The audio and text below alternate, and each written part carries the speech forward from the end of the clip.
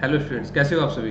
दोस्तों, आज की जो ये वीडियो रहने वाली है बहुत ही महत्वपूर्ण है, क्योंकि आज यहाँ पे राजपूत काल यानी कि पूर्व मध्य काल से कंबाइन जो इनका प्रशासन था, प्रशासन से संबंधित सभी क्वेश्चन आज आपको इस सिंगल वीडियो के अंदर आपको मिल जाएंगे। और जो आपके लिए एकदम बेहद नए क्वेश्चन होंगे, आप वीडियो को पॉज करना और पॉज करके अपना आंसर देना और देखना आप कितने क्वेश्चन को यहाँ पे कवर कर पाएंगे। ठीक है ना। तो ये प्रशासन से संबंधित बहुत ही महत्वपूर्ण वीडियो पूर्व मध्यकाल यानी कि जो चौहान वंश, राजपूत, जो चौहान वंश, प्रतिहार वंश, राजपूत वंश, पाल वंश, चंदेल वंश, गहड़वाल वंश, चालुक्य वंश, इनसे संबंधित जो प्रशासन था, तो उनसे संबंधित कुछ महत्वपूर्ण क्वेश्चंस को मैं आज आपके सामने लेके आया हूं। तो आज आपने इनको आंसर करना है भी, ठीक है। सभी को आंसर देना है और पोज करके, और फिर देखना आंसर की सही है या नहीं है। ठीक है, तो देखते हैं आज का फर्स्ट क्वेश्चन बिना किसी लेट लतीफ किए हुए।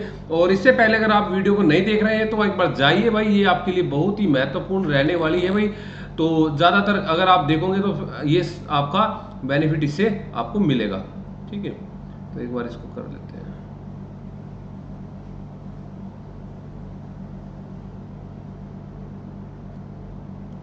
क्वेश्चन देखिए, 12वीं सदी की एक रचना है अपराजित परीक्षा। 12वीं सदी की एक रचना है अपराजित परीक्षा में सामंतों का दर्जा निर्धारित किया गया है।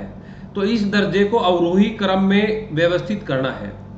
तो एक रचना है ये अपराजित परीक्षा, इनमें सामंतों, सामंत तो समझ रहे हैं ना आप, सामंतवाद की प्रक्रिया गुप्त काल से ही शुरू हो गई थी, जब से भूमि अनुदान में दी जानी शुरू हुई। और जब भूमि अनुदान में दी गई तो सामंतवाद को बढ़ावा यहाँ पे होना शुरू हुआ।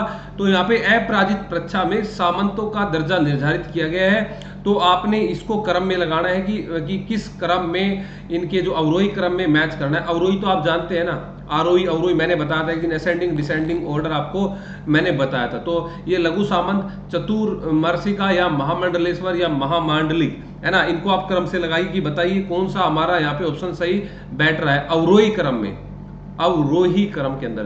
तो आप देखोगे सबसे पहले यहाँ पे आपका आएगा महामंडलेश्वर, सबसे पहले आपका आएगा महामंडलेश्वर, और महामंडलेश्वर के बाद आपका जो आप देखोगे यहाँ पे मांडलिक, मांडलिक, और मांडलिक के बाद में आप जो देखोगे यहाँ पे लघु सामंत, लघु सामंत, और लघु सामंत के बाद में आपको देखना है यहाँ पे चतुर्मार्शिका। ठीक है, चतुर्मार्शिका यानी कि आप यहाँ पे ऑप्शन जो अपना ऑप्शन देख रहे हैं, तो सी ऑप्शन आपका यहाँ पे एकदम सेट होगा कि ये अपराजित परीक्षा में सामंतों का जो दर्जा दिया गया है उसका सही अवरोही क्रम आपका ये होगा। ठीक है, तो सभी अपने आंसर को भी दीजिए और मिलाइए कि आपका आंसर सही है कि नहीं।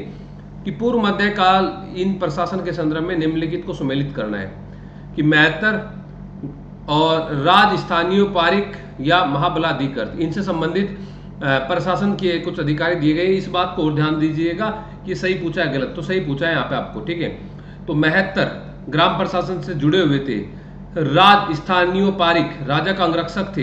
ये बात गलत है कि राजस्थानीयोपारिक जो है राजा के अंगरक्षक नहीं थे, ये नगर प्रशासन से जुड़े हुए अधिकारी थे।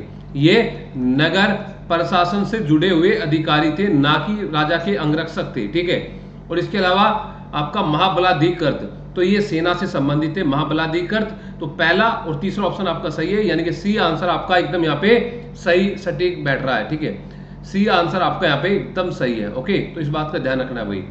राजस्थानीयोपारिक जो है राजा का अंगरक्षक नहीं था, ये नगर प्रशासन से जुड़े हुए थे। तो first and third is right and second is wrong. ठीक है, नेक्स्ट आइए भाई कि बाणभट्ट पहला लेखक था जिसने सामंत के कर्तव्य निर्धारित किए। बाणभट्ट पहला लेखक था, बाणभट्ट तो दिमाग में आ जाना चाहिए। बाणभट्ट किसके दरबार में था? हर्षवर्धन के दरबार में था। हर्षवर्धन जिसने, बाणभट्ट ने लिखी हर्षचरित, है ना, या आगे और भी कई सारे स्रोत इसने जो जानकारी मिलती है बाणभट्ट से। तो बाणभट्ट पहला लेखक था जिसने सामंत के कर्तव्य निर्धारित किए। और पूर्व मध्यकाल में राजवल्लभ 10 गांवों का प्रधान होता था। तो पहला ऑप्शन तो सही है, लेकिन दूसरा ऑप्शन गलत है कि राजवल्लभ 10 गांवों का प्रधान होता था। ये बात आपकी गलत है, राजवल्लभ 10 गांवों का प्रधान नहीं होता था। ये तो आप अगर देखोगे, राजवल्लभ जो अधिकारी होता था तो प्रशासनिक कार्यों से जुड़ा हुआ था, ये बिचौलिए का काम करता था। ये बिचौलिया भूस्वामी होते थे। अगर आपसे पूछा जाए बिचौलिया राजवल्लभ का क्या कार्य था, ये तो बिचौलिया भूस्वामी था, बिचौलिया भूस्वामी। ठीक है, इस बात को आपने याद रखना है। ये 10 गांवों का प्रधान नहीं था। और बाणभट्ट ऐसा लेखक था पहला जिसने सामंत के कर्तव्य निर्धारित किए। तो आपने 117 का जो आंसर है वो आपका फर्स्ट आंसर होगा। तो आप देखना, सभी क्वेश्चंस को मिलाना जल्दी जल्दी में। ठीक है, नेक्स्ट है आपका कि भूमि अनुदान का सबसे पहले प्रारंभ जो है सातवाहन काल में हुआ। ये बात सही है, आप जानते हैं नागानिका के नाना घाट अभिलेख में जो अंगीय कुल की थी नागानिका, सातवाहन की जो पत्नी थी, वहां पे सबसे पहली बार भूमि अनुदान दिए जाने के साक्ष्य मिलते हैं। ये बात सही है। इसके अंतर्गत क्षेत्र में प्रशासनिक और सैन्य अधिकारियों का हस्तक्षेप नहीं होता था, ये बात भी सही है। तो दोनों के दोनों ऑप्शन यहाँ पे आपके सही है। ठीक है, नेक्स्ट आइए कि भूमि अनुदान के संदर्भ में कौन से असत्य कथन की पहचान करनी है। असत्य कथन की कि मंदिरों को दान में दी गई भूमि ब्रह्मदेव कहलाती थी। अरे भाई, ब्राह्मणों को दी गई भूमि को ब्रह्मदेव बोला जाता था, और जो मंदिरों में जो दान दी गई भूमि उसको देवदेव बोला जाता है, देव बोला जाता है। तो पहला ही ऑप्शन गलत है, आपको असत्य कथन को पहचान करनी थी यहाँ पे आपको। और यहाँ पे ऑप्शन देख लीजिए कि 7वीं सदी के बाद ब्राह्मणों के अतिरिक्त राज्य के अधिकारियों को भी भूमि अनुदान के रूप में वेतन दिया जाने लगा, और देवदान से प्राप्त भूमि का संचालन गैर ब्राह्मणों द्वारा बनाई गई मंदिर कार्यकारिणी सभा द्वारा किया जाता था, है ना। तो पहला ही ऑप्शन आपका गलत है, यहाँ पे पहला ही ऑप्शन आपका गलत है। ओके, नेक्स्ट आइए भाई कि निम्नलिखित में से कौन से कथन पूर्व मध्यकाल के सामाजिक परिवर्तनों को दर्शाते हैं। कौन से कथन पूर्व मध्यकाल के सामाजिक परिवर्तनों को आपके दर्शाते हैं। तो आप देखिए कौन कौन से सामंतवाद का विकास, ये आप जानते हैं कि गुप्त काल में ही सामंतवाद का प्रक्रिया शुरू हो गई थी। और गुप्त काल से पहले भी आप देखोगे कि नागानिका के नाना घाट अभिलेख में भूमिदान दिए जाने के साक्ष्य मिलने लगे थे, और गुप्त काल में तो प्रचंड मात्रा में ये अनुदान दिए जाने लगे। वैश्य वर्ण का पतन, ये बात सही है। वैश्य वर्ण जो का पहले कार्य होता था कृषि का कार्य, अब यहाँ पे शूद्र का कर्म हो गया। शूद्र कृषि कार्य में यहाँ पे लग गए। शूद्रों की स्थिति में यहाँ पे उत्थान होता है, और वैश्यों की स्थिति में यहाँ पे निम्नता आती है। शूद्र वर्ण का उत्थान, ये बात सही है। वैश्य वर्ण का पतन, ये बात सही है। उपजातियों की संख्या में वृद्धि, हाँ, ये छोटी छोटी उपजातियां बहुत सारी संख्या में इनकी वृद्धि हुई। तो हालांकि जब आप मौर्य काल पढ़ते हैं तो वहां पर आप देखोगे जातिया की बात की गई है। जब वहां पे वर्ण व्यवस्था हम पढ़ते हैं तो मैगस्थनी जी ने बोला कि भारतीय समाज 7 जातियों के अंदर विभक्त है। भारतीय समाज 7 जातियों के अंदर विभक्त है। तो पूर्व मध्यकाल के सामाजिक परिवर्तनों को दर्शाते हैं सामंतवाद का विकास, वैश्य वर्ण का पतन, शूद्र वर्ण का उत्थान, और उपजातियों की संख्या में वृद्धि। तो चारों के चारों ऑप्शन ही आपके यहाँ पे सही बैठ रही है। ठीक है, नेक्स्ट पे आइए भाई कि पूर्व मध्यकालीन आर्थिक व्यवस्था से संबंधित निम्न में से कौन से कथन असत्य है। आर्थिक व्यवस्था से संबंधित, तो हम आर्थिक की भी बात कर रहे हैं, हम प्रशासन की बात कर रहे हैं भाई। आर्थिक व्यवस्था से संबंधित कौन से कथन असत्य है। कृषि अर्थव्यवस्था का मुख्य आधार थी, ये बात सही है कि कृषि अर्थव्यवस्था का मुख्य आधार थी पूर्व मध्यकाल के अंदर। सिंचाई व्यवस्था की उन्नत विधियों का प्रयोग कई स्रोतों से भी आपको मिलेगा। सिंचाई व्यवस्था की जानकारी आपको, बीजारोपण में हल का प्रयोग, ये बात तो आप द्वितीय नगरीकरण काल में देख रहे हैं कि हल का प्रयोग तो आपको द्वितीय नगरीकरण काल 600 ईसा पूर्व ही जानकारी मिल जाती है। और भू राजस्व में नगद मुद्रा का प्रयोग, भू राजस्व वसूली में नगद मुद्रा का प्रयोग, ये बात गलत है कि नगद मुद्रा का प्रयोग होता था। ये तो खाद्य सामग्री भी ली जाती थी और दूसरे संसाधन भी थे। तो नगद मुद्रा, ये तो आप सल्तनत काल के अंदर भी देखते हैं, नगद मुद्रा पूरी तरीके से प्रचलित नहीं थी। वहां पर भी खाद्य उसका आदान प्रदान होता था, मतलब इसके अंदर भू राजस्व के अंदर। ठीक है ना, इतना भी टैक्स वो लेते थे। डी ऑप्शन आपका यहाँ पे एकदम सही है। नेक्स्ट आइए भाई कि पूर्व मध्यकालीन भूमि अधिकारों से संबंधित निम्नलिखित कथनों पर विचार करना है। पूर्व मध्यकालीन भूमि अधिकारों से कि भूमि पर राजा का स्वामित्व होता था, भूमि पर राजा का स्वामित्व होता था। इस भूमि के को पट्टे पर देने की प्रथा का प्रचलन शुरू हुआ, भूमि को पट्टे पर देने की प्रथा का प्रचलन शुरू हुआ, ये बात सही है।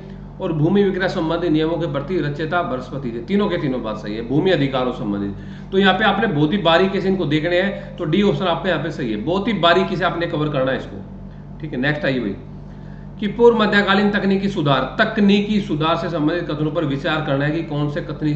ठीक है, कि जलाशयों का निर्माण राजकीय परिवारों द्वारा करवाया जाता था, जिनकी देखरेख सभा और उर जैसी संस्थाओं द्वारा की जाती थी। ये सभा और उर जैसी संस्था आप देखते हैं चोल साम्राज्य के अंदर। कौन से? चोल युग के अंदर। चोल युग जो कि स्वर्ण काल था, स्थानीय युग का स्वर्ण काल था, स्थानीय स्वशासन का स्वर्ण काल था। सभा, यहाँ पे सभा एक संस्था हुआ करती थी। सभा, उर जो है आम लोगों की एक संस्था हुआ करती थी। ठीक है ना। तो यहाँ पे आप जो देखते थे जलाशयों का निर्माण, तो आप प्राचीन काल से देखते आ रहे हैं, हड़प्पा के काल से ही, कि जो राज के परिवार है वो जलाशयों का निर्माण कराते थे। आप धोलावीरा से भी देखते हैं जलाशयों का निर्माण हुआ था, या और साइड से भी आप देखते हैं। ठीक है।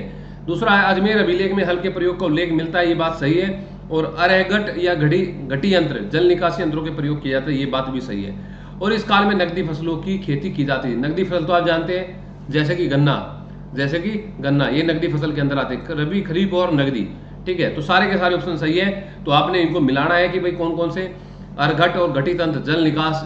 सीधी आपसे शब्दावली भी पूछी जा सकती है भाई कि बताइए घटी यंत्र क्या था या अरघट क्या था। ठीक है, तो आपको इनको बारीकी से पढ़ना है भाई, नेक्स्ट आइए कि पूर्व मध्यकाल के संदर्भ में कौन सा युगम सही सुमेलित नहीं है। पूर्व मध्यकाल के संदर्भ में कुटक, एक ये यहाँ पे आपको ये बीच में स्लैश है भाई, कुटक, पुष्टपाल, उद्यक भाग। अब बताइए क्या कुटक एक प्रकार का ग्रहकर होता था?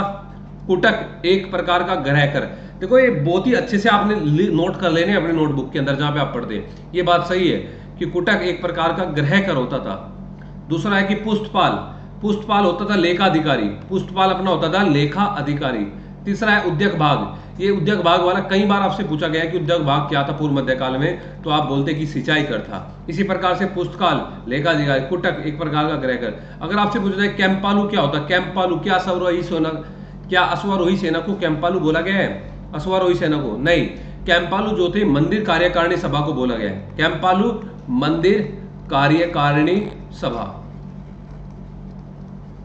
मंदिर कार्यकारिणी सभा को क्या बोला गया है भाई? आपका कैंपालू बोला गया है, मंदिर कार्यकारिणी सभा को। ठीक है, नेक्स्ट आप देखिए कि पूर्व मध्यकालीन अर्थव्यवस्था से संबंधित निम्नलिखित कथनों पर विचार कीजिए। पूर्व मध्यकालीन अर्थव्यवस्था से संबंधित, ठीक है, कि इस काल में सामंती व्यवस्था चरमोत्कर्ष पर थी। ये बात सही है कि सामंती व्यवस्था यहाँ पे चरमोत्कर्ष पे थी। सामंती व्यवस्था तो मैंने बता दिया कि सातवाहन से शुरू हुई थी, यहाँ तक तो पूरी अपनी उच्च स्तर पर थी। मेघातिथि 17 प्रकार के अनाजों की चर्चा करती, अनाजों की चर्चा मिलती है मेधातिथि में। मेधातिथि में 17 प्रकार के अनाजों की चर्चा मिलती है, ये बात भी आपकी यहाँ पे सही है। और धातुओं के खनन और वस्त्रों के उत्पादन का प्रमुख केंद्र देवल था।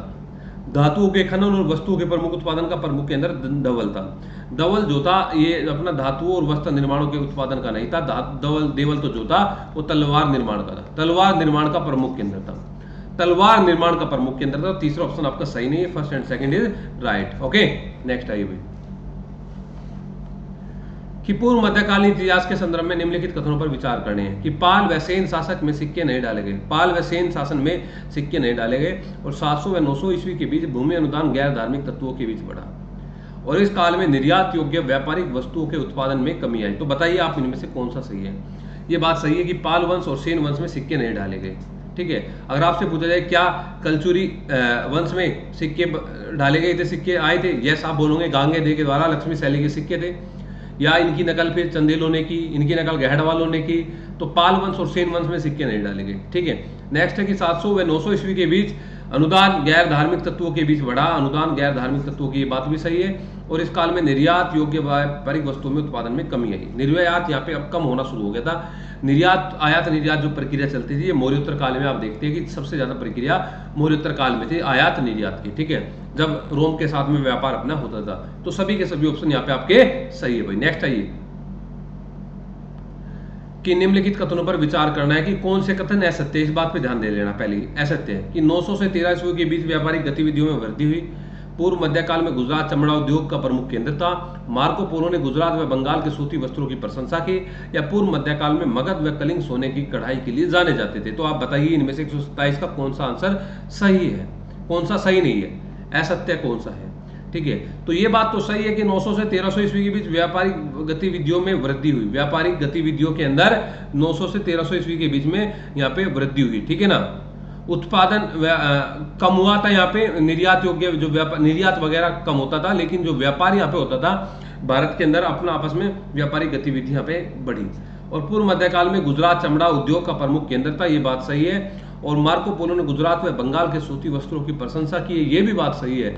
लेकिन मगध व कलिंग सोने की कढ़ाई के लिए जाने जाती थी, ये बात गलत है। यहाँ पे भी तलवार का ही निर्माण होता था, नोट सोने और कढ़ाई के लिए नहीं जाना जाता था मगध के अंदर। ठीक है, तलवार। तो first and second and third सही है, लेकिन आंसर देना है गलत, असत्य है। तो बी आपका आंसर होगा, यहाँ पे बी आपका आंसर होगा। नेक्स्ट आइए भाई कि पूर्व मध्यकाल के संदर्भ में निम्नलिखित कथनों पर विचार करना है। पूर्व मध्यकाल के संदर्भ में तो इस काल में कश्मीर और चोल राजाओं ने सोने के सिक्के जारी किए। कश्मीर में 9 टकसालों की स्थापना की गई। या आम जनता सिक्कों का प्रयोग नहीं करती थी। या विदेशी घोड़ों की खरीद के बदले रेशम, हाथी दांत मसाले आदि प्रदान किए जाते थे। तो आपने आंसर देना है कि कौन सा आंसर आपका यहाँ पे सही होगा। और 128 का कौन सा आंसर आपका सही होगा, बताइए भाई। तो आप देख रहे हैं यहाँ पे कि कश्मीर और चोल राजाओं ने सोने के सिक्के जारी की। या मिलते हैं यहाँ पे कई प्रकार के सिक्के मिलेंगे। और कश्मीर में कर्नाटक में 9 टकसालों की स्थापना की गई। आम जनता सिक्कों का प्रयोग नहीं करती थी और विदेशी घोड़ों की खरीद के बदले रेशम, हाथी, दाती, सारे के सारे ऑप्शन आपके यहाँ पे एकदम सही है भाई। नेक्स्ट आइए कि पूर्व मध्यकाल से संबंधित कथनों पर विचार करके असत्य कथन का चयन करना है कि आंतरिक व्यापार में स्थल मार्ग और जल मार्ग दोनों का प्रयोग होता था। आंतरिक व्यापार में स्थल मार्ग और जल मार्ग दोनों का प्रयोग होता था।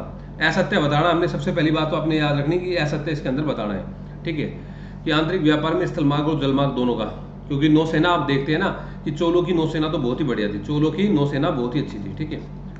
और मार्को पोलो के अनुसार कैम्बे बंदरगाह समुद्री डाकुओं के तक से ग्रसित था। नहीं, कैम्बे बंदरगाह के बारे में बोला गया है, मार्को पोलो ने बोला है कि मुक्त था, ये मुक्त समुद्री डाकुओं से, ठीक है। और चोल शासकों ने व्यापारिक संबंध हेतु चीन में दूत मंडल भेजे, ये बात तो सही है, चीन में दूत मंडल भेजे थे। किसके द्वारा भेजे गए थे दूत मंडल? कुलोत्तुंग के द्वारा भेजे गए थे, राजेंद्र के द्वारा भेजे गए थे। इधर आप देखते हैं कश्मीर के शासक के द्वारा भी, ललितादित्य मुक्तपीठ के द्वारा भी चीन में अपना दूत मंडल भेजा गया था। तो असत्य बताना है तो असत्य आपका ए होगा, असत्य यहाँ पे आपका ए होगा, ठीक है भाई। नेक्स्ट पे आइए कि पूर्व मध्यकाल के बंदरगाह के संदर्भ में कौन सा युगम सही सुमेलित नहीं है। पूर्व मध्यकाल के बंदरगाह से संबंधित कि बताना, क्या देवल बंदरगाह सिंधु तट पर था, क्या भड़ोच बंदरगाह गुजरात तट पर था, क्या केविलोन बंदरगाह मालाबार तट पर था, क्या बंगाल एक कलिंग बंदरगाह बंगाल तट पर था। नहीं, कलिंग तो आप जानते हैं उड़ीसा वाला है, और बंगाल तट पर कौन सा था आपका? ताम्रलिप्ति। बंगाल तट पर कौन सा था भाई? ताम्रलिप्ति बंदरगाह। तो आपका डी सही नहीं है, डी ऑप्शन आपका यहाँ पे सही नहीं है, ठीक है। नेक्स्ट पे आइए भाई कि बादामी के चालुक्यों ने बंदरगाहों पर नियंत्रण हेतु वेलाकुलकरण नामक विभाग की स्थापना की। ये आपका 131 है कि बादामी के चालुक्य या बादामी वातापी के चालुक्य ने बंदरगाहों पर नियंत्रण हेतु वेलाकुलकरण नामक एक विभाग स्थापित किया, ये बात सही है। और दक्षिण भारतीय विलेख में व्यापारिक संगठनों को समाया कहा जाता था। दक्षिण भारतीय विलेखों में व्यापारिक संगठनों को समाया कहा जाता था। दोनों के दोनों ऑप्शन सही है, यानी कि सी आंसर आपका यहाँ पे एकदम सही है, ठीक है। नेक्स्ट आइए भाई कि पूर्व मध्यकालीन इतिहास से संबंधित आपने असत्य कथन को बताना है। असत्य, इस पे ध्यान पहले जाना चाहिए भाई कि अया वोले और मणिग्रामम दक्षिण भारत के व्यापारिक संगठन थे, या विदेशी व्यापारियों के संगठन को अज्जू वणम कहा जाता था, या निक्षेप वणिक नामक सौदागर समूह बैंकिंग क्रियाओं से जुड़ा था, या श्रेष्ठी एक धनी व्यापार को कहा जाता था। तो ये शब्दावली सभी को याद रखनी है, क्वेश्चन के माध्यम से याद रह जाएगी, ठीक है। अयावोले और मणिग्रामम दक्षिण भारत के व्यापारिक संगठन थे, विदेशी व्यापारियों के संगठन को अज्जू वणम कहा जाता है, और निक्षेप वणिक नामक सौदागर समूह बैंकिंग क्रियाओं से जुड़े थे, और श्रेष्ठी धनी व्यापार को कहते थे। तो चारों के चारों ऑप्शन आपके यहाँ पे एकदम सही है भाई। ये हम प्रशासन पढ़ रहे हैं, अभी सांस्कृतिक नहीं पढ़ रहे हैं, इसके मंदिर वगैरह, ठीक है ना। तो प्रशासन याद रखना। आप देखिए यहाँ पे कुछ चौहान वंश, परमार, चंदेल और कलचुरी वंश है। इधर आपका क्षेत्र दिया गया, कौन कौन सा क्षेत्र कहाँ पे हुआ करते थे। तो आप जानते हैं कि चौहान शाकुंभरी के चौहान हुआ करते हैं, शाकंभरी के चौहान। मालवा में परमार राजवंश था, ठीक है ना। और जेजाक भुक्ति का है आपका भाई, यहाँ पे आप जो जेजाक भुक्ति को आप देखोगे कि आपका था कलचुरी, ठीक है, कलचुरी चेदी। और त्रिपुरी कौन सा था भाई? नहीं, कलचुरी चेदी त्रिपुरी था, कलचुरी चेदी। एक मिनट, चौहान वंश हमारा शाकुंभरी, चौहान वंश था हमारा शाकुंभरी। परमार वंश था हमारा ये मालवा के अंदर, जो मालवा के परमार वंश थे। या चंदेल वंश जो हमारा था भाई, चंदेल वंश, तो ये अपना चंदेल तो बुंदेलखंड वाला एरिया था। और कलचुरी चेदी ये अपना जो था भाई कलचुरी चेदी वाला, ये त्रिपुरी वाला, त्रिपुरी ढाल वाला, ठीक है ना। तो यहाँ पे ऑप्शन थोड़े मिस्टेक हो गए भाई, तो इसको आपने इस वे में सेट करना है, ठीक है। चंदेल तो ये अपना बुंदेलखंड वाला। कि पूर्व मध्यकाल के संदर्भ में विचार करना है कि कौन से सही है। 134 का आपने बताना है कि कौन से सही है। कि दक्षिण भारत में क्षेत्रीय बाजारों को नगरम कहा जाता था, दक्षिण भारत में क्षेत्रीय बाजारों को नगरम कहा जाता था। और तमिल व्यापारी नगरतार के नाम से पहचाने जाते थे, तमिल व्यापारी को नगरतार। ये शब्दावली दी जाएगी आपसे क्वेश्चन में, ये शब्दावली पूछी जाएगी कि तमिल व्यापारी को क्या बोला गया, नगरतार। और दक्षिण भारत में क्षेत्रीय बाजारों को नगरम कहा जाता था। तो दोनों के दोनों ऑप्शन यहाँ पे आपके सही है, दोनों के दोनों ऑप्शन यहाँ पे आपके सही है। नेक्स्ट पे आइए भाई कि दक्षिण भारतीय इतिहास के निम्नलिखित राजवंशों को क्रम में लगाना है, कि आरोही क्रम में लगाना है, आरोही क्रम में लगाना, बढ़ते क्रम में लगाना है। तो सबसे पहले जो आप देखोगे कि सबसे पहले वंश हमारा आएगा पल्लव, आएगा पल्लव वंश सबसे पहले है। और पल्लव के बाद में आप राष्ट्रकूट को देखोगे 8वीं शताब्दी के अंदर, और फिर 9वीं शताब्दी में आप देखोगे कि चोल हमारे आएंगे, और उसके बाद में हमारे होयसल तो 12वीं शताब्दी के अंदर आते हैं, होयसल तो 11वीं 12वीं शताब्दी के अंदर आप देखोगे। तो सबसे पहले आपके पल्लव आएंगे और फिर राष्ट्रकूट आएंगे, ठीक है। तो 1342, तो ये मैचिंग आपको मैंने कई सारे वीडियोस आप करा चुका हूं, तो आपको वहां पे समझ आ जानी चाहिए। तो जेजाग भुक्ति बुंदेलखंड, जेजाग भुक्ति बुंदेलखंड या लाट क्षेत्र त्रिपुरी, नहीं लाट क्षेत्र त्रिपुरी नहीं, गुजरात, ये गुजरात के अंदर पड़ता है, वो गुजरात में पड़ता है लाट। और डाहल जो मंडल है ये कहाँ पे पड़ता है आपका, डाहल मंडल ये त्रिपुरी के अंदर है, डाहल त्रिपुरी के, नॉट गुजरात। तो ये अपोजिट कर दिया आपस में ना। तो यहाँ पे सही सुमेलित सिर्फ और सिर्फ सी आपका, सी ऑप्शन है, यानी कि एक ये आपका सही है यहाँ पे, ओके। और अब आप नेक्स्ट देखिए यहाँ पे,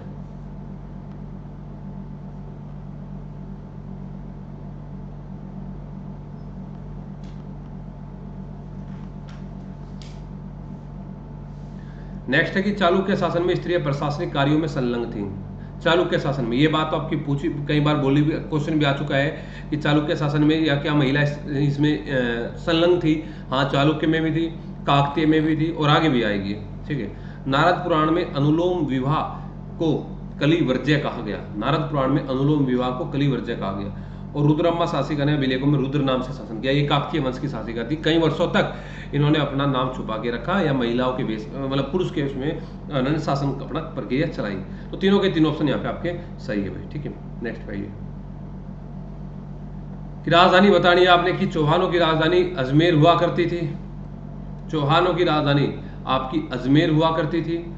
और आप बताना इनमें कौन से यहाँ पे पूछा गया कि कौन से युगम सही सुमेलित है, कौन से युगम सही सुमेलित है आपका।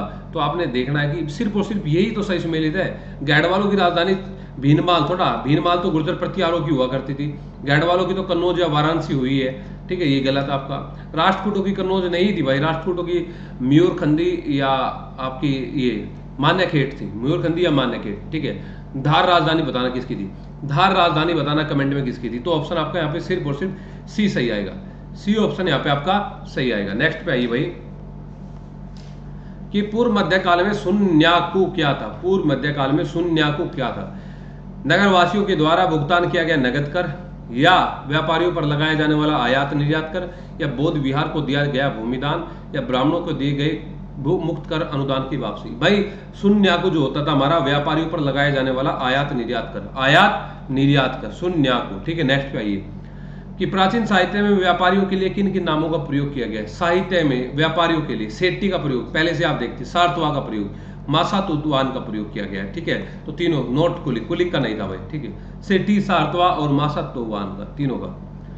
यादव वंश, काकतीय वंश, होयसल वंश, यादव वंश, काकतीय वंश और होयसल वंश, इनको बताना है कि कौन से सही है यहाँ पे आपके, मतलब इनका क्षेत्र कौन सा है। यादव वंश देवगिरी में यादव वंश हुआ है, वारंगल के काकतीय है। होयसल वंश धान्य कटक नहीं है, धान्य कटक तो मैंने राष्ट्रकूट बताया है। होयसल जो आपका आएगा, होयसल की जो राजधानी थी वो आप देखोगे द्वार समुद्र, होयसल की जो राजधानी थी वो आपकी थी द्वार समुद्र। तो देवगिरी के यादव, वारंगल के काकतीय, ये सही है आपके फर्स्ट एंड सेकंड। तो आप वीडियो को पॉज किया करें और आंसर दिया करें, ठीक है। नेक्स्ट देखिए कि भाई आपका यहाँ पे वेल्लार जमींदार, या आपका यहाँ पे है कि दूसरा है वेल्लार जमींदार को बोला गया है, या उजावर जुताई करने वाले को बोला गया है, या अधिमई दास को बोला गया है। विभिन्न सामाजिक समूहों इस नाम के संदर्भ में युग में कौन सा सही सुमेलित है।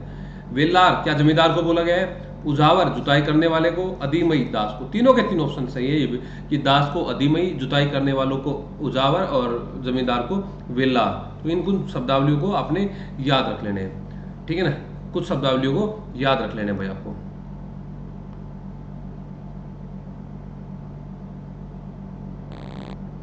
तो इसको आज अभी यहीं तक रखते हैं, नेक्स्ट वाले में इसकी सांस्कृतिक गतिविधियों को कंप्लीट कराएंगे, सांस्कृतिक गतिविधियों को। और जो इससे महत्वपूर्ण जो क्वेश्चन बनेंगे वो मैंने मिक्स वाले में बताया कि मिक्स वाले में आपको लेके आऊंगा, ठीक है। तो आप एक एक क्वेश्चन को बहुत ही बारीकी से आप समझे, ध्यान दीजिए, ये इंपॉर्टेंट रहने वाला है आपके लिए बहुत ज्यादा, ठीक है स्टूडेंट। तो आपको इसको इग्नोर नहीं करना है और एक एक चीजों को ध्यान